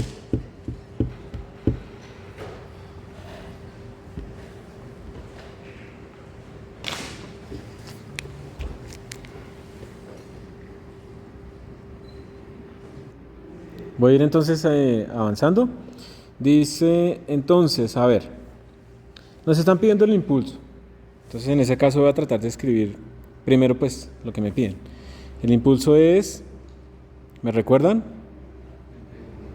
Bueno, es la integral de la fuerza en dt, ¿cierto? O también lo puedo escribir como la fuerza promedio por dt, ¿cierto? O también lo puedo escribir, tengo tres maneras de hacerlo. Delta P. ¿Cuál de las tres es la que podemos utilizar ahorita? No tenemos fuerza en función del tiempo acá, no tenemos fuerza promedio ni nada de eso, entonces tenemos que hacer la tercera, ¿cierto? Será la tercera. Entonces vamos a utilizar esa que sería P final menos P inicial, ¿listo? Estamos hablando aquí en el eje vertical.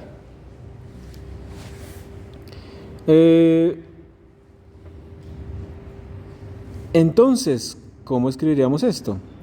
P final es masa por velocidad final menos P inicial, que es masa por velocidad inicial, ¿cierto? Tenemos la masa, sí, tenemos la velocidad inicial, esto es V sub 0, pero no tenemos la velocidad final, sin embargo nos dieron otra información. Entonces podemos, en este momento, antes de seguir, podemos hacer dos cosas. Podemos tratar de hacer lo siguiente, decir, bueno, yo tenía una energía cinética inicial y esa energía cinética multiplicada por 0.85 es la energía cinética final, ¿sí o no? Eso fue lo que me dijeron, perdí el 15%. Entonces esto querría decir que m por bi al cuadrado sobre 2 por 0.85 es igual a m por b final al cuadrado sobre 2, ¿cierto? Y entonces de aquí se me da la masa con la masa, se me da el 2 con el 2 y me queda que la velocidad final es igual, en valor absoluto, ¿no? Que saqué raíz cuadrada del valor al cuadrado, será igual a raíz de 0.85 por la velocidad inicial, ¿cierto? En valor absoluto. Entonces con eso ya tengo la velocidad final y con eso ya puedo reemplazar y resolver el problema. ¿Ok? Hay otra cosa que puede servir de vez en cuando y es la siguiente. K es igual a m por b al cuadrado sobre 2, ¿cierto? Si yo multiplico arriba por m y divido por m, me va a quedar m al cuadrado por b al cuadrado sobre 2m, ¿cierto? Y miren que lo de arriba es el momento 1 al cuadrado. Entonces yo podría tener p al cuadrado sobre 2m. Entonces hay una relación entre k y p que podríamos utilizar de vez en cuando, ¿sí? Bueno, listo, ese ejercicio sale. Y ya está. Pausita de 2 minutos y pasamos a la siguiente. ¿Sí? Sí. Listo.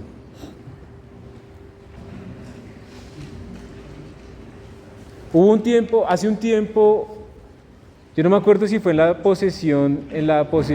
segunda posesión de Uribe, me parece.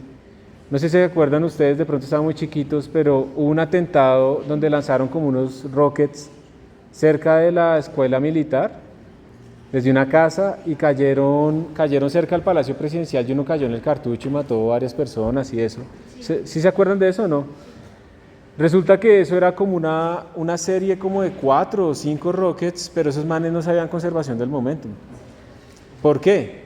Porque cada vez que cuando se disparó el primero, disparó y se movió hacia atrás, lo que disparó. Eso estaba todo conectado. Luego disparó el segundo y se movió hacia atrás y eso desconectó el resto. No tuvieron en cuenta que la vaina iba a hacer un recoil, se llama eso, iba a retroceder, y afortunadamente pues no fue mayores. Eso no quiere decir que ustedes, porque ahora saben conservación del momentum, puedan ser más eficientes. Entonces miren, colisiones, ahora sí vamos a empezar a estrellar cosas. Esto se utiliza mucho, por ejemplo miren acá, esto es un avión que se está estrellando contra una pared de prueba. Esto se utiliza por ejemplo incluso para ver qué tan gruesa debería ser una pared para proteger en unas colisiones incluso nucleares, ¿sí? Si yo quiero hacer un búnker nuclear, ¿qué tan grande debe ser, qué tan grueso debe ser, cómo debe ser la estructura para resistir esto? En Fukushima, las barreras estaban diseñadas para soportar maremotos producidos por terremotos como hasta un grado 7, algo así. Y el que ocurrió fue de 8, ¿sí? Entonces, ahora ustedes saben que de 7 a 8 no hay uno, ¿no? De 7 a 8 hay una potencia de 10. Es 10 veces más fuerte, se libera 10 veces más energía. La escala de Richter es una escala logarítmica. Entonces, cuando dicen que uno pasa de un temblor de grado 5 a un temblor de grado 6, ese es 10 veces más fuerte. Grado 7 es 100 veces más fuerte. El último que hubo acá fue como de grado 5, un martes, ¿no? Que salimos de clase y tembló. Entonces, ese fue como de grado 5 por allá en Villavicencio. Sí. Imagínense los que pasan en Chile de grado 8, de grado 9. Dime. ¿Ah, sí? Imagínense, 10 veces más fuerte, ¿sí? Y allá tiembla mucho por la acción, digamos, de la cordillera de los Andes y demás. Entonces, tienen que diseñar esos búnkers para ese tipo de cosas. Y aquí esta colisión, miren cómo está entrando, está dañando, pero se está desintegrando. El cambio de momentum es gigante. Hay una fuerza gigante que básicamente desintegra completamente a ese avión y la pared sigue ahí, ¿no? Obviamente con daño, pero sigue ahí. Todo eso se estudia a través de colisiones con momentum. ¿Listo? Esto que tenemos acá a la izquierda, miren, esto, bueno, yo no sé si ustedes... Esto que está acá, esta bolita, observen, esta que está aquí, eso es una nube de átomos que está congelada. ¿Y eso cómo lo hicieron? Eso lo están haciendo así, de esta manera que está acá, se llama laser cooling. Y lo que hacen es muy interesante porque, digamos, un átomo va hacia allá, digamos, en esta dirección, entonces yo le mando una radiación con un láser que tiene una longitud de onda tal que como el man viene hacia acá, la va a absorber y se va a frenar. Es como si ustedes vinieran caminando hacia mí, yo le lanzo una silla, entonces se frenan un poco con la silla, ¿sí? Ya no vienen tan rápido, sino que se frenan porque aumentó su masa. Bueno, aumentó el momentum, ¿listo? Y si yo les sigo lanzando y lanzando y lanzando, se van a frenar. Pero cuando ya están frenados, esta radiación está diseñada de tal manera que cuando ya está frenado ya no la absorbe, porque eso es una vaina cuantificada. Sí, es cuántico, entonces solo absorbe cuando se mueve. Entonces si yo cojo un átomo, ahí hay una persona loca, está borracha o está pogueando, y yo le lanzo un man así después le mando otro láser y otro así y otro así, en 6 direcciones, las 6 direcciones, digamos, tridimensionales, lo frena. ¿Listo? Y así es que están frenando estos átomos. ¿Y saben a qué temperatura llegan estos gases? Llegan a una millonésima de grado Kelvin del cero absoluto. O sea, 10 a la menos 6 grados Kelvin del cero absoluto. Y si además, aquí ven los de química entender esto. Si ustedes cogen un sistema, un gas, y agrandan la caja, la temperatura baja. Se llama enfriamiento adiabático. Entonces, si yo esta vaina la enfrié así con los láseres y además aumento el volumen, puedo llegar a tener 1 nanogrado Kelvin. O sea, esa vaina está prácticamente quieta, ¿sí? No puedo estar en el cero absoluto, pero está prácticamente quieto.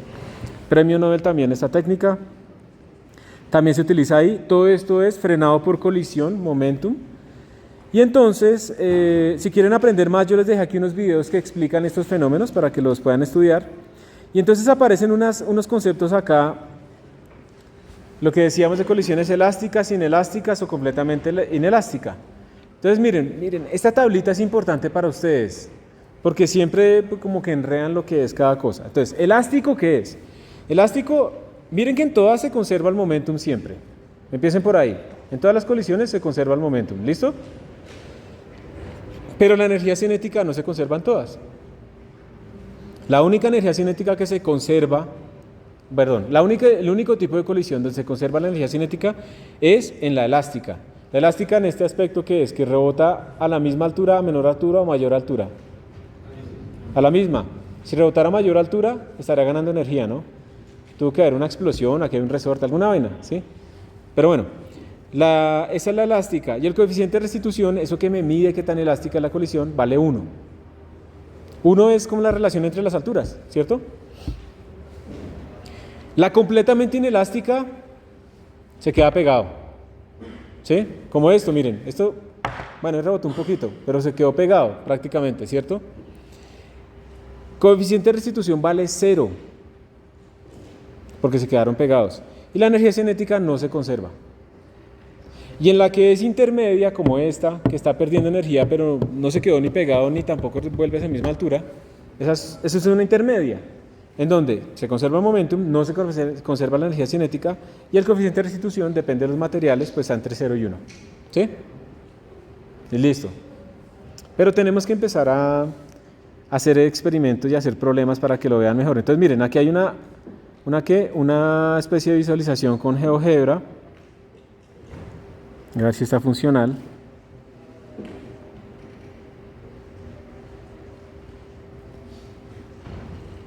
Vamos a ponerla aquí. ¿Ahí la ven bien? Sí. Entonces la idea de esto que tenemos acá, esto es una animación que les muestra a ustedes pues una colisión entre dos cuerpos. Esto muestra muchas cosas. Aquí está el centro de masa, lo voy a quitar por ahora porque no lo hemos visto. La velocidad relativa tampoco lo vamos a poner. Por ahora es como para simplificar un poco lo que está acá. Lo que está aquí arriba es la gráfica de velocidad en función del tiempo. Lo que está aquí es el momentum en función del tiempo. O sea que si el momentum se conserva, ¿qué debería pasar? Debería ser una línea horizontal. Entonces el momentum, el negro es el total. Ese debería ser constante, ¿listo? Y el rojo es el rojo y el azul es del azul, ¿sí? Red es rojo y blue es azul. ¿Qué más tenemos? Miren, tenemos una energía cinética inicial. Aquí están los valores de energía cinética inicial. 250 joules. Y la energía cinética inicial del rojo es el momentum, es 50 kilogramos por segundo. Y aquí está la energía cinética del azul, velocidad de la caja y demás. Entonces lo que yo voy a hacer, miren que por estas velocidades iniciales este man va hacia la derecha, este man va hacia la izquierda. ¿Qué más podemos controlar? Podemos controlar qué tan rápido va. Y la elasticidad. Entonces, empecemos con una completamente elástica. 1. ¿Sí? Empecemos con eso. Le voy a dar play. Pan. Voy a pausarlo. Miren qué pasó cuando rebotaron. Observen que la velocidad del rojo era positiva y se volvió negativa, ¿cierto? ¿Por qué? Porque iba hacia allá y rebotó, ¿cierto? La velocidad del azul, pues lo contrario, iba hacia la izquierda y rebotó hacia la derecha. ¿Hasta ahí vamos bien? Listo. Miren el momentum total. No cambió, ¿sí ven? es una línea horizontal. Aunque chocaron, eso fue una fuerza interna, entonces el momento total no cambió, no hay fricción. Miren que no hubo energía cinética que se convirtió en otro tipo de energía, o sea, el cambio de energía cinética fue cero. Esta es una colisión completamente elástica. Ahora hagamos una inelástica. ¿Qué hago? ¿Qué cambio para hacerla inelástica? ¿La elasticidad la pongo en cuánto? ¿Acá? ¿En la mitad? Esta es inelástica, pero yo quiero completamente inelástica. Entonces tiene que ser cero. Todo lo que esté aquí es inelástico, bueno, porque está perdiendo algo de energía. Pero si yo quiero completamente inelástico, voy para acá. Entonces vamos a darle otra vez run. Se quedaron pegadas, ¿cierto? ¿Qué le pasó al momentum? Se conserva, se sigue conservando siempre. Miren qué le pasó a la velocidad, claramente son iguales, ¿cierto? Son iguales porque quedaron pegados. Y miren que sí hubo energía perdida al quedarse unidos.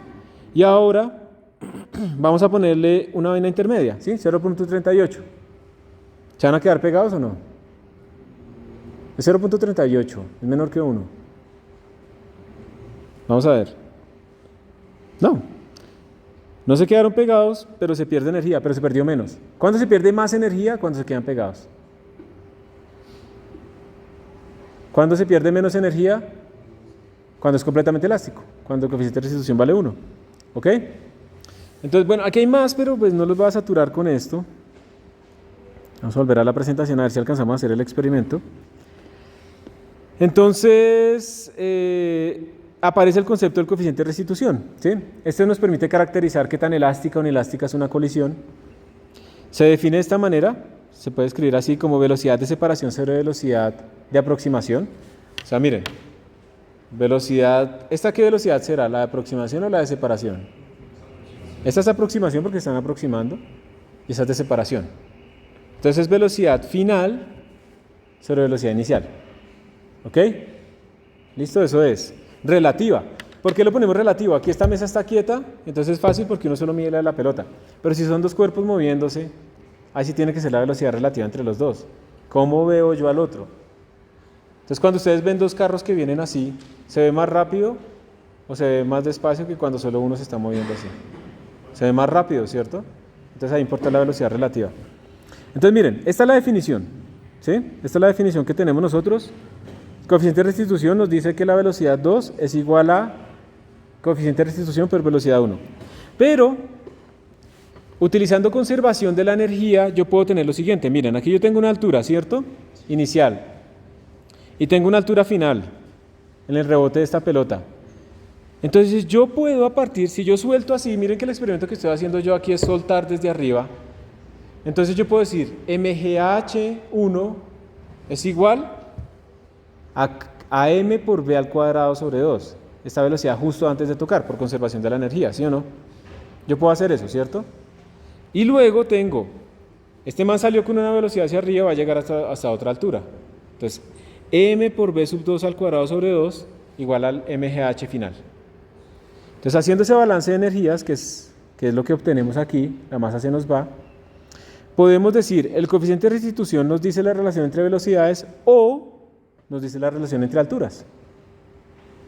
Cualquiera de las dos. Entonces, si ustedes toman una cámara y hacen esto y graban la trayectoria de esta vaina y tienen la altura en función del tiempo, pueden sacar el coeficiente de restitución entre dos alturas sucesivas, ¿sí? La relación entre las dos alturas sucesivas les da el coeficiente de restitución al cuadrado. ¿Listo? O también lo pueden ver como algo que mide qué tanta energía pierdo. Entonces yo puedo hacer el cambio de energía cinética justo antes y justo después, lo divido entre la energía cinética que tenía y me da 1 menos c al cuadrado. Cuando uno ve esas ecuaciones uno como que dice, bueno, sí, pero no le coge el tiro. Entonces miren, aquí está como esas ecuaciones graficadas, como para que se entiendan un poco mejor. Lo que yo tengo acá es, si yo puedo generalizar esta vaina, entonces yo puedo decir H3 es igual a E al cuadrado por H2, ¿sí o no?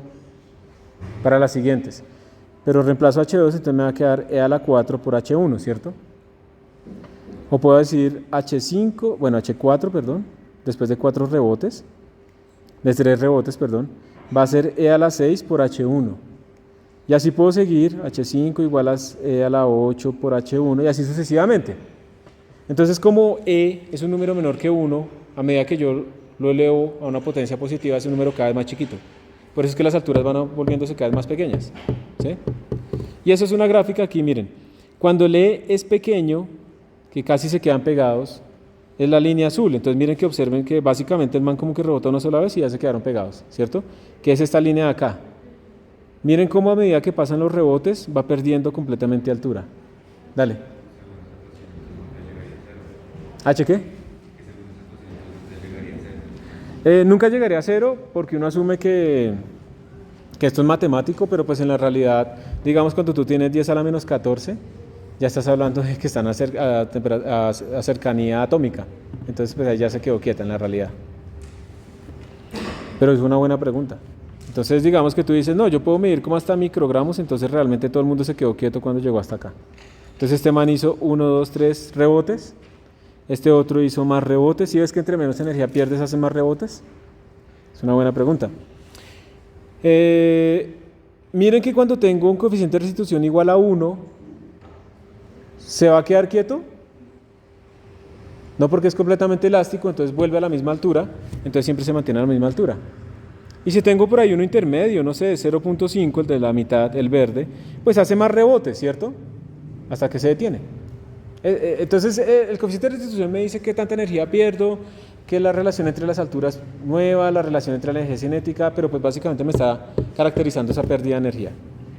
Y la otra cosa es cómo es la pérdida de energía. Entonces miren que aquí estoy graficando la pérdida de energía relativa en función del coeficiente de restitución. Entonces miren que cuando la restitución vale 0,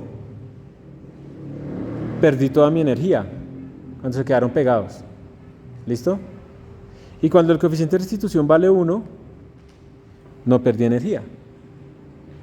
Si está en un estado intermedio, pues pierdo parte intermedia de mi energía. ¿Sí? Normal. Entonces ahora lo vamos a medir. ¿Sí? Si ustedes quieren, lo pueden hacer conmigo. Saquen sus celulares. Vamos a instalar esta aplicación que se llama Fifox. Si tienen datos y lo quieren instalar, entonces lo pueden buscar en la tienda de Android o de iOS. ¿Sí? Yo ya la tengo aquí instalada. Y lo que vamos a hacer es utilizar Fifox para medir el coeficiente de restitución de un rebote de una pelotica. Y este bicho lo que hace, ¿saben qué es? Él lo que hace es medir el sonido. Entonces él va midiendo el sonido y teniendo en cuenta el sonido va a calcular cuánto era de altura y va a calcular nuestro coeficiente de restitución y demás. ¿Sí? Utilizando los sensores de nuestras máquinas. Yo tengo aquí 2 peloticas. Estos datos que están de acá, que los saqué ayer, que no crean, yo trato de actualizar estas presentaciones cada semestre. Yo siempre digo, ya la tengo lista, ya no volveré a hacer nada, ahorrarme tiempo y siempre me pongo a meterle más bobas. Pero todo con que ustedes aprendan más. Entonces, levante la mano si alguien lo quiere instalar para hacer la prueba y si no, pues yo continúo. Allá, listo. Entonces, a ver, un minutico para que lo instale. ¿Okay? Yo mientras tanto lo voy a ir abriendo. No sé si estoy aquí listo. Sí, aquí está. Dependiendo de su celular, hay algunos sensores que están disponibles, otros que no. Eso cambia. Por ejemplo, tenemos sensores magnéticos y demás, pero instálenlo y ahorita hablamos un momento de la aplicación como tal.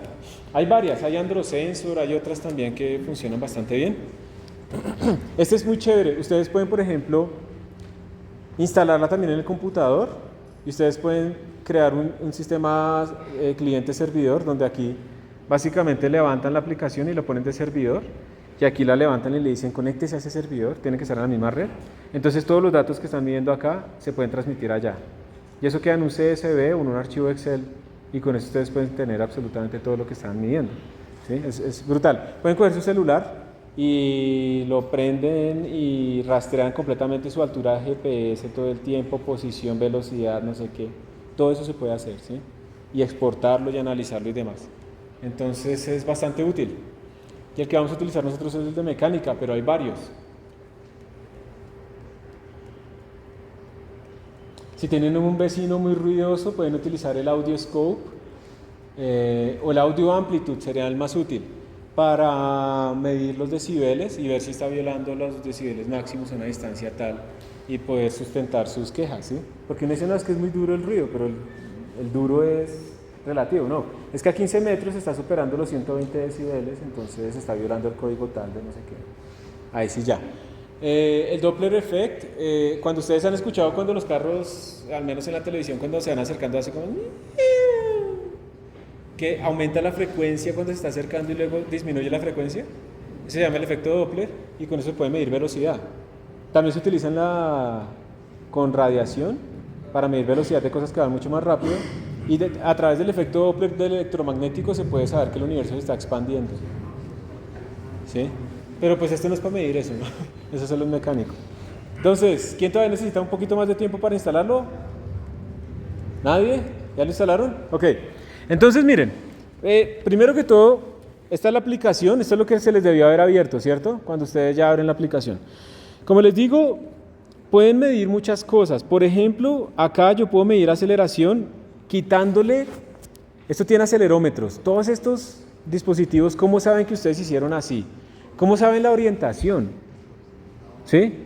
Esos tienen un montón de sensores que miden ese tipo de cosas con cristales piezoeléctricos y no sé qué. Entonces, por ejemplo, si yo le doy play acá, miren que cuando yo lo muevo, él empieza a detectar, y yo puedo después exportar esos datos, pues eso es un dato tabulado, es una serie de tiempos, ¿sí o no? Ahí lo dejé quieto, y si lo muevo, detectó la aceleración.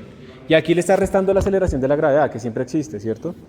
Entonces, uno le puede pedir la gráfica, miren, está la aceleración en metros sobre segundo cuadrado, lineal, en dirección Z, en dirección Y y en dirección X.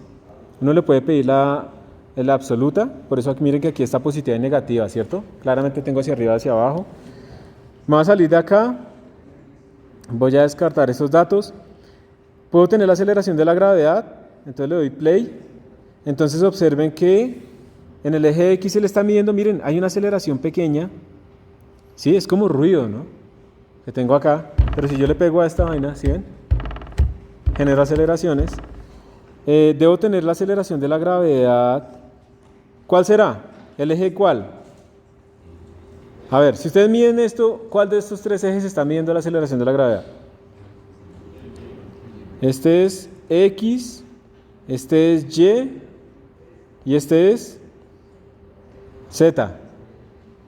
O sea que es el eje Z. O sea que el eje Z de este sensor va saliendo de la pantalla. ¿Cómo así? O sea que si yo hago esto, miren qué es lo que le pasó al eje Z.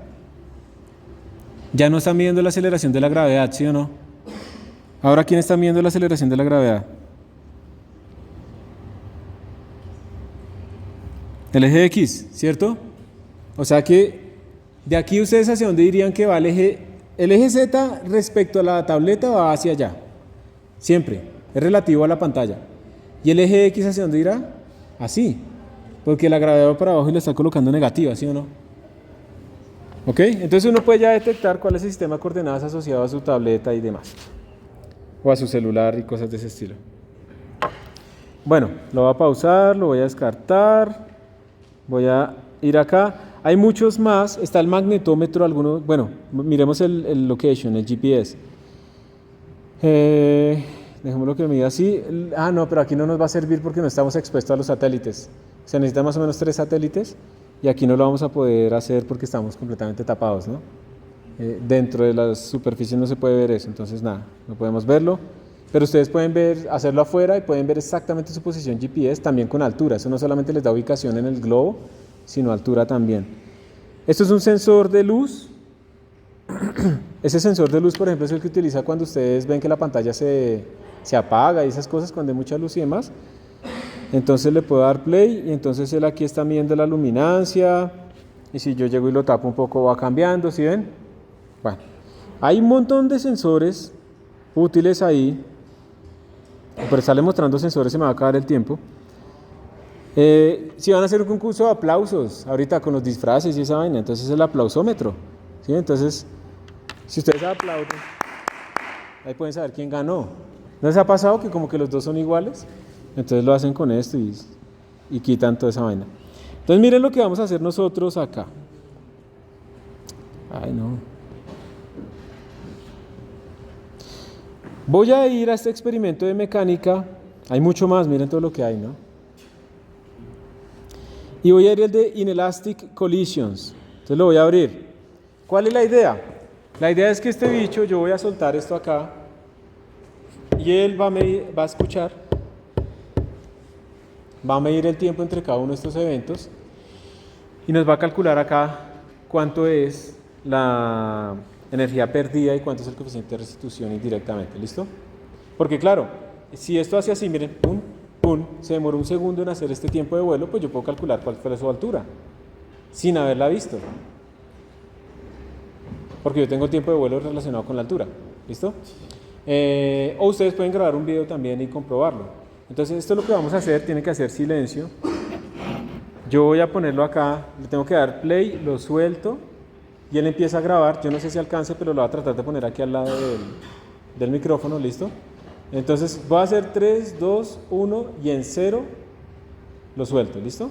Ustedes cuando yo diga 1 pónganle play, porque no importa el punto inicial, lo que importa son los siguientes. 3, 2, 1, 0. ¿Listo? Entonces el primero no nos importa mucho. ¿Está bien? ¿No alcanzaron? Vamos a ver si con esta pelota suena más duro, ¿listo? Vamos a ponerlo acá. 3, 2, 1. ¿Se alcanzó o no?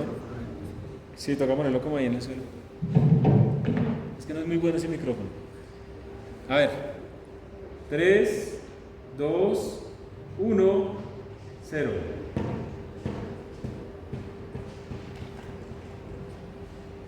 ¿Alguien lo alcanzó? Entonces vengan acá. Vengan acá, es más fácil. A mí me parece que suena más acá, ¿no? En la mesa. Si quieren, háganse aquí al frente de la mesa. Eso. No respondo si le queda la pelota encima. Entonces, vamos a quitar esto acá.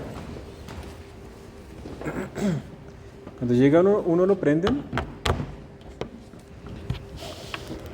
Cuando yo diga uno lo prenden y ahí ya hasta que termina, ¿listo?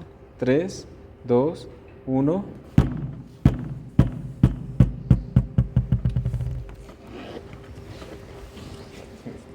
¿Listos? ¿Algunos sí? ¿Otros no? Más o menos. Hagamos este allá. Ponlo ahí. 89 centímetros sin parar. ¿Listos? A los que no. 3, 2, 1. ¿Listo? Eso también detecta la voz. Sí. Pues lo puede confundir. Dale, ponlo, vamos a hacerlo con este que es un poco más agudo y eso lo detecta mejor. 3, 2, 1. Listo. Perfecto. Bueno, bien. Entonces, con estos datos, la pregunta es, ¿con estos datos podemos calcular el coeficiente de restitución? Vamos a ver si nos da lo mismo a todos. Aunque, bueno, algunos utilizaron la pelota grande y otros la verde, ¿no? Entonces, no nos va a dar igual. Entonces, miren, lo que yo voy a hacer es tomarle una foto a estas alturas. La voy a poner acá. Antes de salirme de acá, miren que él también midió la energía y nos está diciendo, olviden por favor lo inicial, miren que nos está diciendo cómo se está perdiendo la energía en cada una de las colisiones. ¿Está bien? Entonces, yo ahora voy acá. Para estos datos me dio un coeficiente de restitución de 0.862. Sí. Es que como nosotros no estamos sincronizando el momento que le damos play al momento en que soltamos, entonces va a dar una vaina rara. Entonces por eso lo que nos interesa es después de la primera colisión. Buena observación.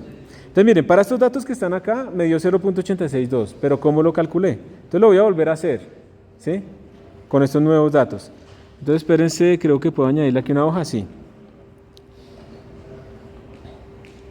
Lo voy a poner acá, voy a cerrar este man. Aquí están mis datos.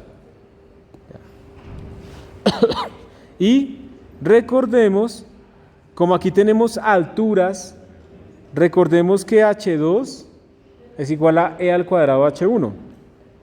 Entonces hagámoslo. H2 es igual a E al cuadrado H1. ¿Listo? Entonces voy a tomar a este como H1 y a este como H2. ¿Está bien? Y este va a ser H3 y así sucesivamente. Entonces, Uy, sí, entonces, no, viendo esos datos, no sería buena idea. Más bien vamos a llamar a este H1 y a este H2. O si no, ¿qué pasa si nos da más alto? Nos da un coeficiente de restitución mayor de 1, ¿sí? Pero es porque hubo un error de medida. Bien. Listo. Entonces, miren, de aquí tenemos que E al cuadrado es igual a H2 sobre H1, o sea que E es raíz de H2 sobre H1. ¿Listo? O de la siguiente altura sobre la altura actual. Entonces saquémosla entre estos dos. ¿Cuánto nos da?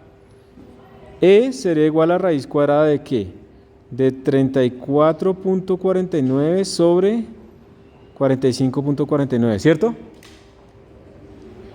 Y si lo hacemos entre estos dos, E nos debería dar raíz cuadrada de 26.17 sobre 34.49. Y si es entre estos dos, 20.04 sobre 26.17, ¿cierto? Entonces vamos a ver cuánto da cada una de esas.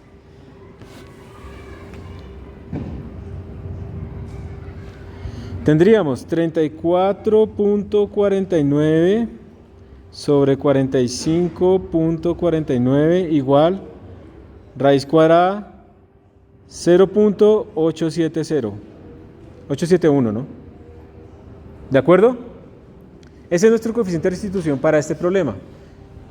El otro, vamos a ver si nos da, no nos tiene que dar idéntico, ¿no?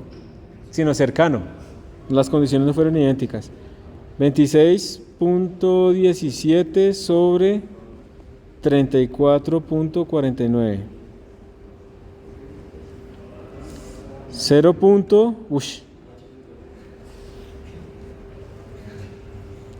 Science. Pero no puedo decir la segunda palabra porque está siendo grabado. ¿Sí saben cuál es? Science students. Entonces, 20.04 sobre 26.17. 0.875, ¿cierto? Muy bien. Entonces, ¿ya hicieron ustedes con sus datos? ¿Cuánto les dio? ¿Yo con qué fue? Yo lo hice con esta, ¿cierto? ¿Y ustedes con la otra cuánto les dio?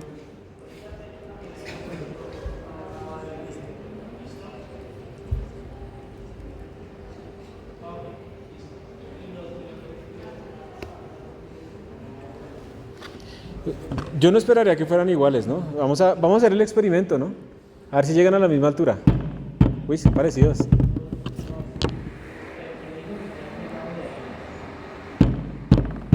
No, claramente este tiene un coeficiente de restitución. ¿Qué dirían? ¿Cuál coeficiente de restitución es más bajito? ¿El de la pelota grande o el de la pelota pequeña? Miren.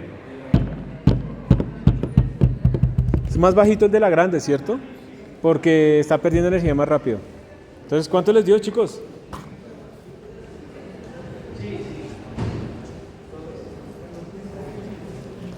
Si alguien de acá es gomoso con lo de los computadores, las simulaciones computacionales y demás, yo normalmente, bueno, aquí hay un montón de ecuaciones, pero yo normalmente, esto lo vamos a ver en la próxima clase, ¿dónde está?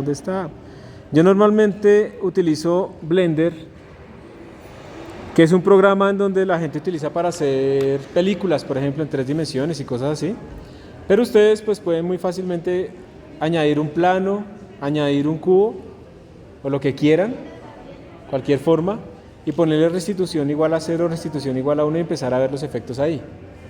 Entonces uno lo puede programar y demás, es muy sencillo de utilizar, entonces si quieren jugar con eso pues lo pueden hacer. Lo que vamos a hacer en las siguientes clases es seguir aplicando esto de las colisiones para poder medir cosas. Esto se utiliza por ejemplo para ver la velocidad de las balas, sin atraparlas con la mano, sino con un bloque y cosas así, péndulo balístico se llama. Vamos a ver colisiones en 2 dimensiones también, que eso es un poco más complejo, ¿sí? En 2 dimensiones son muchas más variables.